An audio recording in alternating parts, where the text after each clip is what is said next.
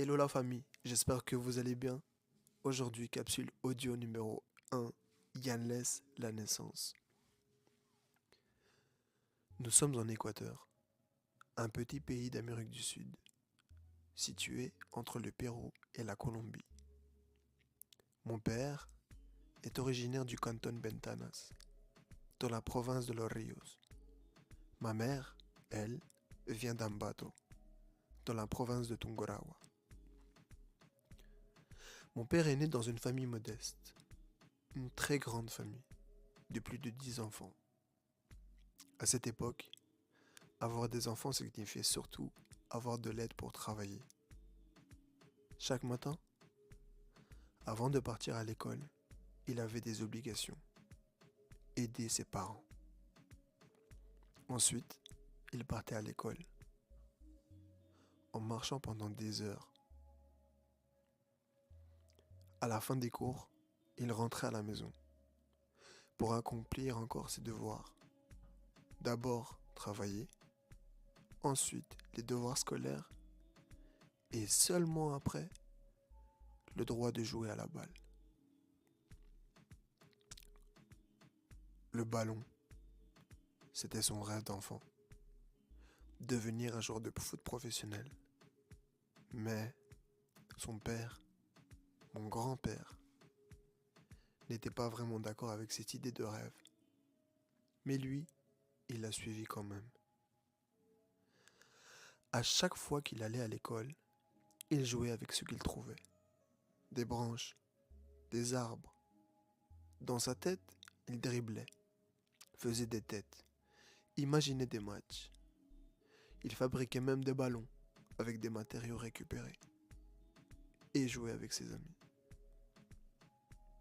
Le talent y était, mais il n'y avait pas que ça.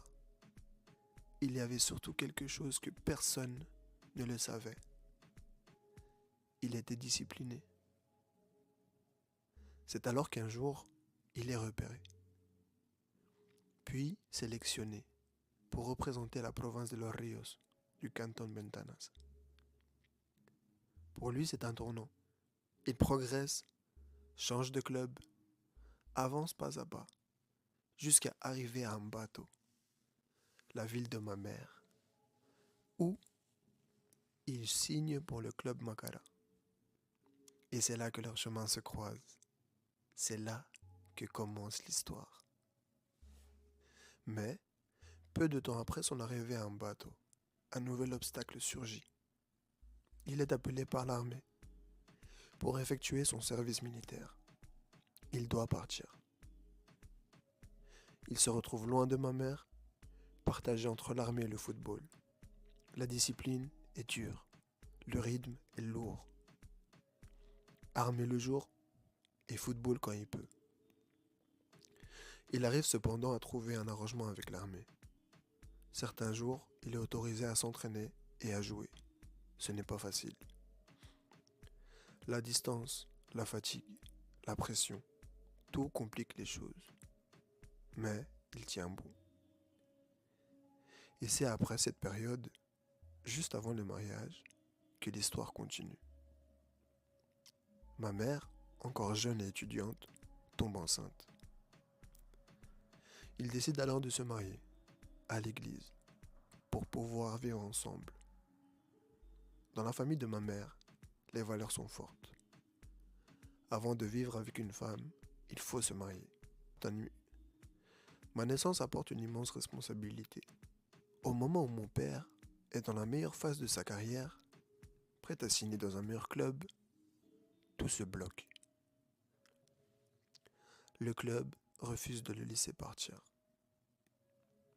Il se retrouve alors avec une femme, un enfant, le stress et la peur. La peur de ne pas pouvoir subvenir aux besoins de sa famille. Puis, l'Équateur traverse une crise économique profonde et une opportunité apparaît. Partir en Belgique. Rejoindre une partie de la famille déjà installée là-bas. C'est là qu'ils prennent le risque. Changer de pays, changer de langue, changer de culture. changer de culture, partir vers l'inconnu. Mais ils doivent me laisser derrière eux, en Équateur, avec ma grand-mère et mon oncle.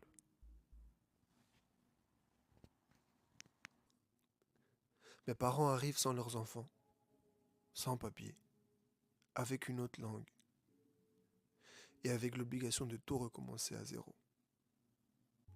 Ils acceptent n'importe quel travail. Ils enchaînent les petits boulots, sans stabilité, sans, sans horaire fixe. Toujours avec la peur au ventre, la police, le contrôle, le renvoi au bled. Le temps passe et la vie devient de plus en plus dure. C'est alors qu'il s'installe à Innocence, en face de Molenbeek. À cette époque, c'est là que beaucoup de regroupements familiaux se faisaient. Un de mes oncles vit déjà là-bas, avec sa femme et mes cousines. Mes parents travaillaient, économisaient et mettaient chaque euro de côté, avec un seul objectif, me faire venir. Oui, c'était pas facile. Quelques mois plus tard, je rejoins enfin la Belgique, accompagné de ma grand-mère et de mon oncle. On arrive à Innocence. Ma grand-mère, vit alors avec mon oncle et sa femme. Mes parents, eux, habitent dans le même bâtiment. On est proches. Mais chacun essaie de survivre comme il peut. Je commence l'école à Innocence, à Léon-Lepage. Une classe où on parle pas vraiment le français. Beaucoup d'enfants immigrés, des cultures différentes, très peu de Belges. Au début, je suis perdu, mais je me fais vite des amis. On vit, on vit plein de moments fous, drôles et inoubliables. Dans ma tête pourtant, c'est le chaos. À la maison, mes parents parlent espagnol. À l'école, on parle français. Et eux, mes amis, parlaient d'autres langues. C'était un véritable melting pot. J'ai grandi en essayant de comprendre. Je dois tout traduire, du français vers l'espagnol, encore et encore, pour être sûr d'avoir bien compris. Mais ce n'est pas facile. Et pourtant, c'est en Belgique que j'ai grandi, depuis tout petit. L'appartement commence à devenir petit. C'est alors que mes parents décident de déménager à Woluwe-Saint-Étienne, Zaventem.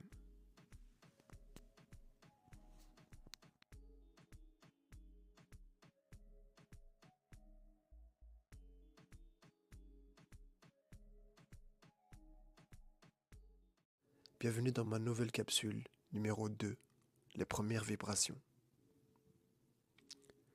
Avant même d'arriver vraiment là-bas, il y a des souvenirs qui restent gravés. Dans l'appartement où l'on a grandi, c'est là que commence pour moi l'initiation de la musique. Mes oncles étaient DJ. Ils étaient des sons. Ils écoutaient des sons sur des cassettes, préparaient des jingles pour les soirées. Ils répétaient encore et encore, jusqu'à ce que ce soit parfait. Et si ce ne l'était pas, ils recommençaient. Moi, petit, je les regardais. J'admirais tellement leur passion, leur rigueur, leur énergie. Grâce aux soirées qu'ils organisaient, ils ont rencontré des artistes connus, du nom de Wisin, Yandel, Eliel, le producteur de Don Omar dans le reggaeton, mais aussi beaucoup d'artistes de salsa, merengue et d'autres genres. Il faut savoir que ma famille organisait souvent des soirées, très souvent. Et moi, je m'endormais sur les chaises, au milieu du bruit, des lumières et de la musique. Qui aurait cru que plus tard, je travaillerai aussi dans l'une de ces soirées. Mes oncles formaient un duo de choc. Deux frères, toujours ensemble, soudés. Je les aimais tellement. C'est avec l'un d'eux que j'ai découvert la salsa, le merengue, mais surtout le reggaeton. Et aussi en voyant mon père danser avec ma mère. Cette musique est entrée en moi très tôt. Tous les week-ends, on rejoignait aussi les amis de mon père du côté de Herman-de-Brou. Tous les mercredis, ils s'entraînaient. Un tournoi de football latino s'y tenait là-bas. Mon père, jeune, plein d'énergie, jouait avec l'équipe de l'Équateur. Pour moi, c'était mon héros. C'était le meilleur joueur. Je l'admirais tellement. Musclé, fort, jeune, beau gosse. J'avais même l'impression que toutes les femmes là-bas l'observaient. Et je pense que c'était bien le cas. Parfois, il était champion. Parfois, il perdait. Mais c'était comme ça. Aujourd'hui encore, je ne sais pas comment il faisait pour tout gérer. La famille, le travail, les entraînements du mercredi, les matchs du week-end et même les soirées. C'était vraiment quelqu'un de discipliné. Revenons à notre arrivée à Zaventem. On emménage dans une maison plus grande. Deux de mes petits frères sont déjà nés. Qui dit déménagement, dit aussi changement d'école. Pour moi, c'est difficile. Très difficile. J'enchaîne différentes écoles, totalement opposées à ce que j'avais connu avant. Ici, il y a plus de Belges, mais d'autres origines aussi. Vraiment, pour moi, c'est un nouveau monde. Mes frères, eux, sont inscrits dans une école flamande de quartier. Pour eux, c'est pas si compliqué que ça. Ils allaient déjà dans une crèche flamande à Bruxelles. Parfois, je devais aller les chercher. Alors, mes parents décident de nous inscrire dans un club de foot, Woluwe Zaventem. Mes frères et moi, nous nous entraînons là-bas. Et c'est là que je vois mon petit frère, celui qui me suit, Jonathan, faire ses premiers pas avec un ballon. Un talent inné, incroyable. Je l'admirais tellement. Pour moi, c'était le Messi de l'époque. J'en étais tellement fier. Il a attrapé la même fièvre du football que mon père. Même bébé, il a grandi avec un ballon. J'avoue que le football pour moi, c'était pas vraiment mon truc. J'avais d'autres idées. Je le vois évoluer rapidement, gravir les échelons. Un talent pur. À ce moment-là, nous étions trois frères. Mon autre frère, plus discret, plus timide, jouait aussi. Les deux avaient un peu de différence d'âge. Ils ont grandi très proches. Ils jouaient ensemble, avec parfois des disputes aussi, comme tous les frères. Sincèrement, l'école n'a jamais vraiment été mon truc. Moi, je vivais ma vie, avec mes potes. Même si au fond, j'étais plutôt un garçon calme, très famille. Je traînais un peu, mais jamais trop loin de la maison. Mes parents n'aimaient pas trop ça, mais ils ne me l'ont jamais interdit. Ce qui me faisait vraiment vibrer, c'était la musique. À l'adolescence, je commençais à me renfermer dedans.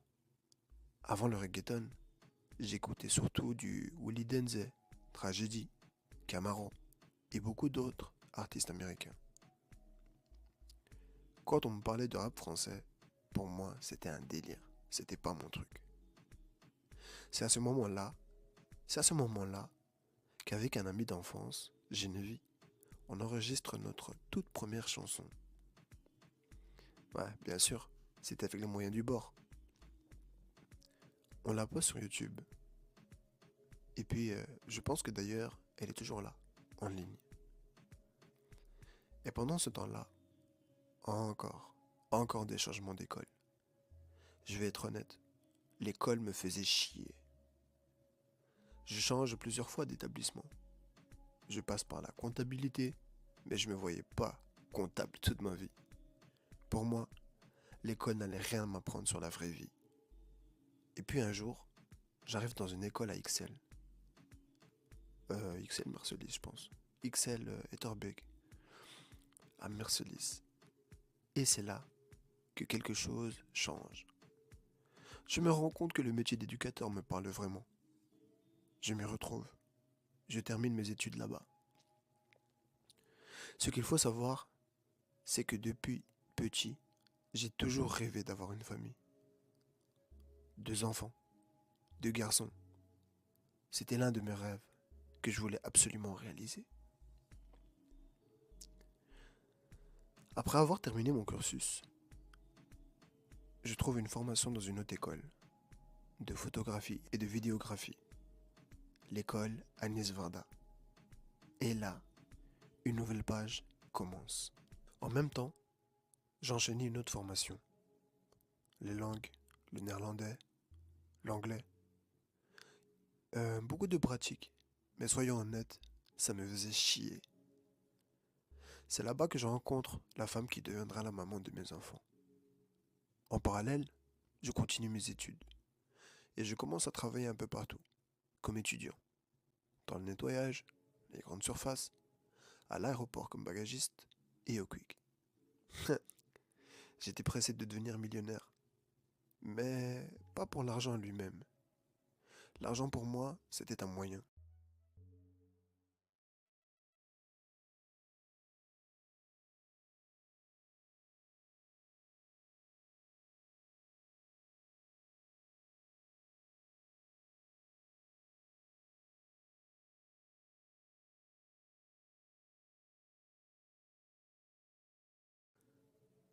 L'argent pour moi, c'était un moyen, un outil pour investir dans ce que je faisais. Nouvelle caméra, nouveau matériel photo. À cette école, j'apprends énormément. Même si certains cours m'ennuyaient à mourir, moi, j'étais un homme d'action. Je suis un homme d'action. J'avais besoin de faire, de créer, de tester. J'étais très fort pour filmer, capter le son, monter. Travailler sur Adobe, c'était naturel pour moi. Mais à la fin de ma 2e année, je rate mon projet final. Ouais, trop cinématographique apparemment. Pas assez vidéo, selon eux. À ce moment-là, je lâche. Déjà à l'époque, j'étais plus entrepreneur qu'étudiant.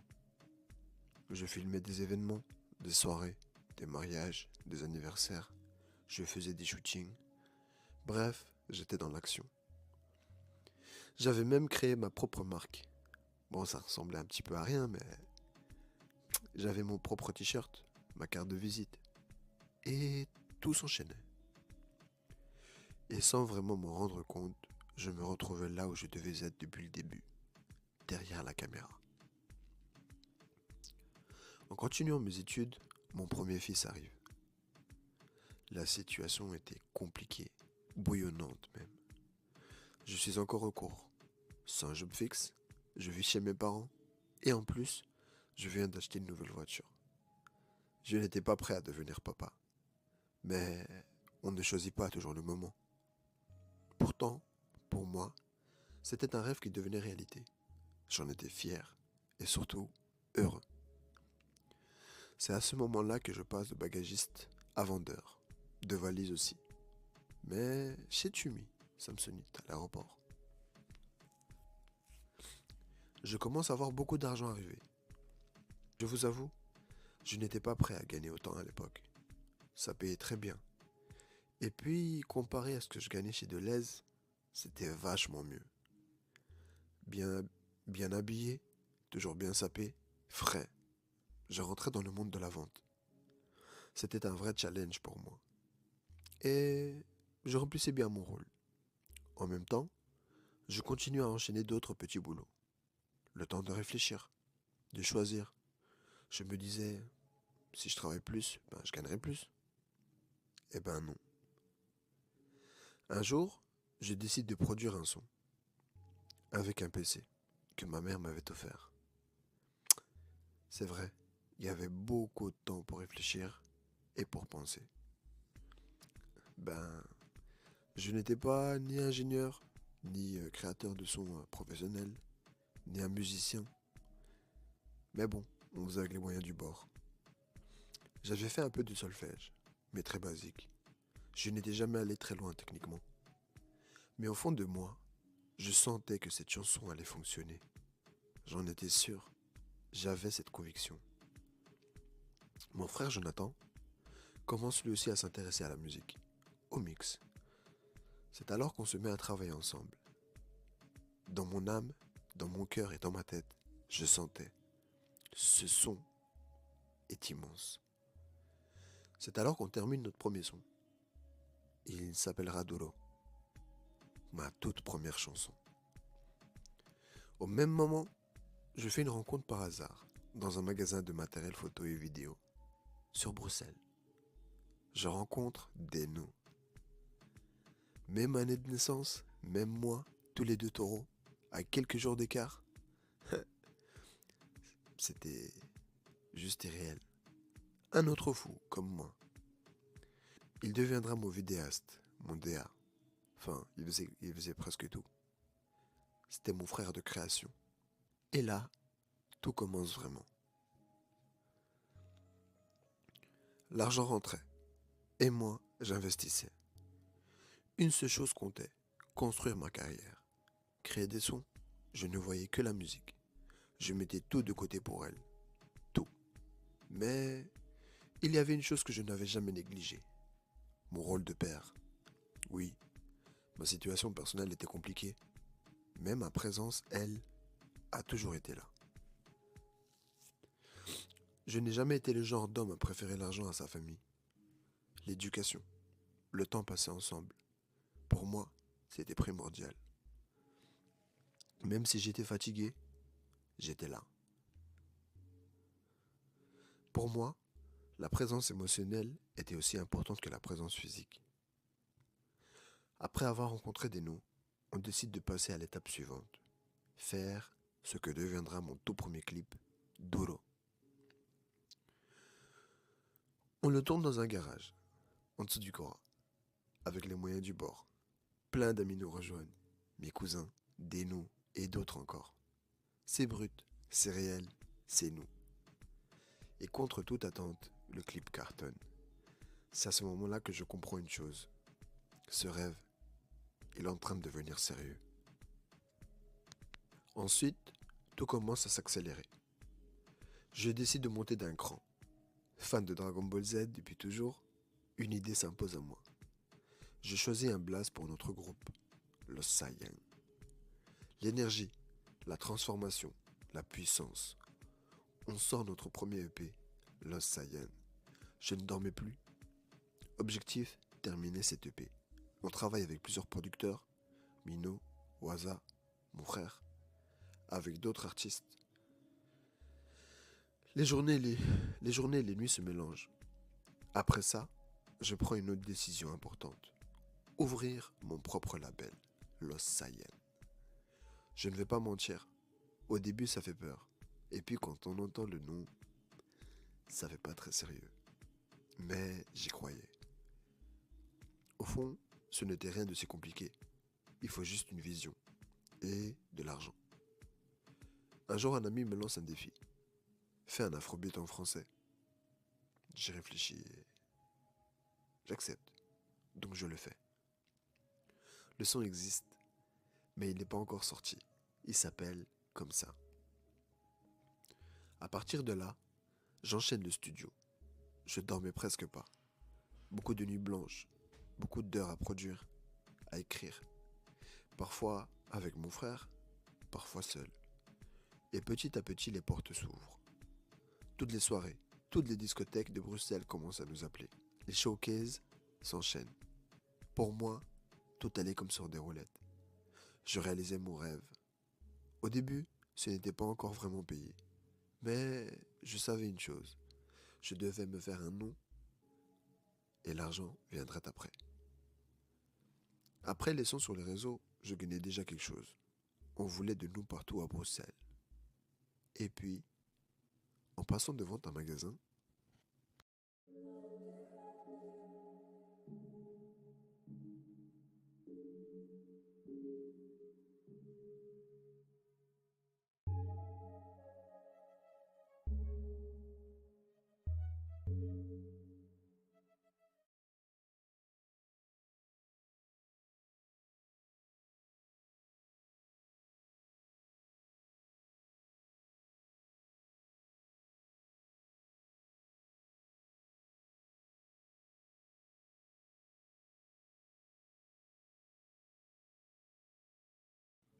Hello la famille, j'espère que vous allez bien. Bienvenue dans mon quatrième épisode, le moment décisif. Je fais la rencontre d'un homme qui va jouer un rôle important dans mon nouveau clip. Je fais la rencontre d'un homme qui va jouer un rôle important dans mon nouveau clip. Baba Merkan. À chaque fois, je passais devant son magasin. Il me faisait penser à mon père. Il avait quelque chose, une présence, une force tranquille. Un jour, mon intuition me dit d'entrer. On parle. Je lui explique mon projet. Je ne sais pas ce qu'il a vu en moi, mais à un moment donné, il me sort une phrase simple. Dis-moi quand. Quand? Lui aussi, c'était un homme d'action. Il ne parle pas beaucoup. Il écoute beaucoup. Mais quand il parle, c'est pour agir. Il me regarde et me demande simplement, tu as besoin de quoi? Et pour quand? À ce moment-là, je n'y crois pas. Le son, c'est un afrobeat, en français et en espagnol, produit par Kess, mon hermanito, et Andro, mon frère, mon vrai frère. Et là, tout s'aligne. On a tout ce qu'il nous faut. Des voitures, des motos, mes parents qui ramènent à manger. Bref, toute une famille mobilisée. Et bien sûr, des modèles, payés, bien sûr. Le clip sort et le son cartonne. Un son caliente, comme on dit chez nous. Avec des noms, on se regarde et on se dit une chose, il faut accélérer. Sortir plus de musique, sortir plus de clips. Et bien sûr, rien n'est gratuit. Il faut bosser, il faut payer. Et juste au moment où tout s'accélère vraiment, un stop brutal. Le corona. Le monde se fige et tout s'arrête. Et nous, on reste bloqués.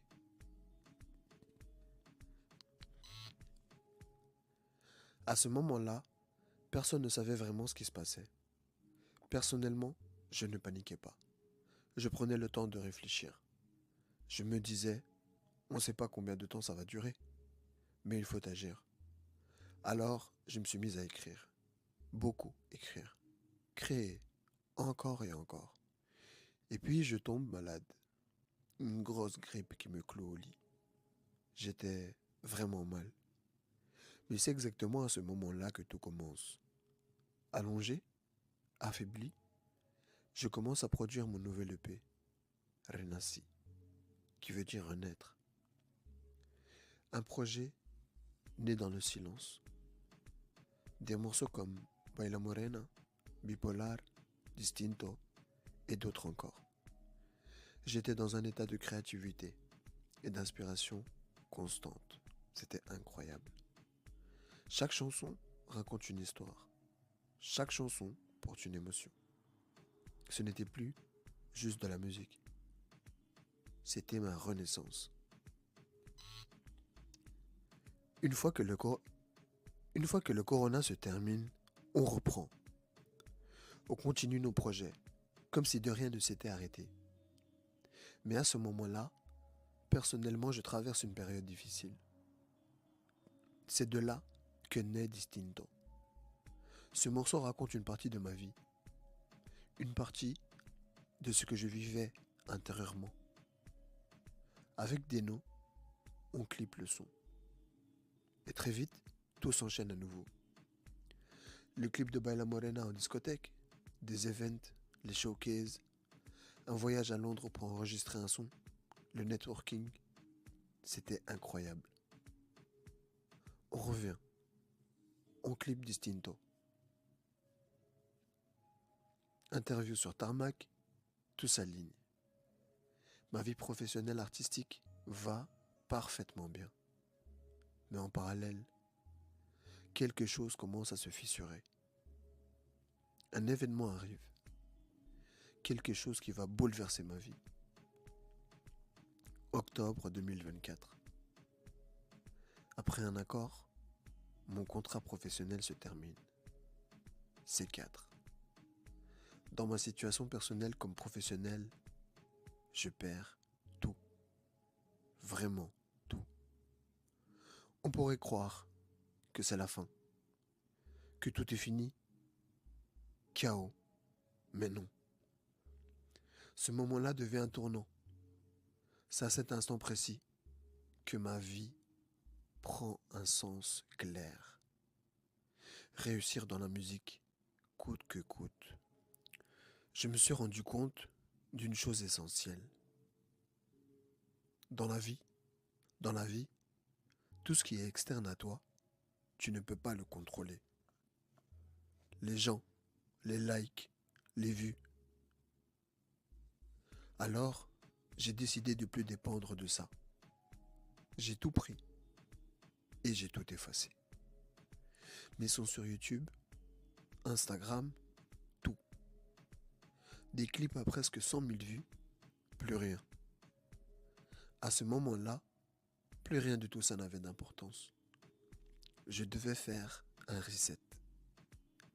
Mais la vérité, c'est que je n'avais pas seulement tout perdu.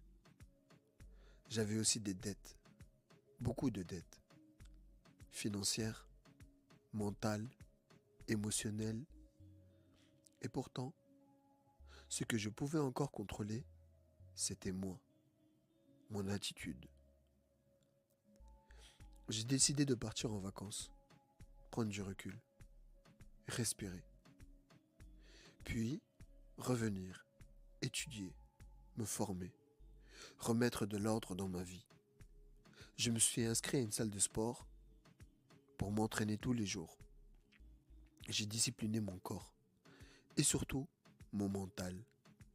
Pendant ce temps-là, j'étudiais, j'apprenais chaque jour. J'ai compris que cet échec n'était que temporaire, que les dettes se payent, mais que le mental, lui, peut te détruire si tu te laisses faire. Alors j'ai tout donné. J'ai fait des sacrifices, beaucoup de sacrifices. Honnêtement, je ne pensais pas pouvoir surmonter tous ces problèmes.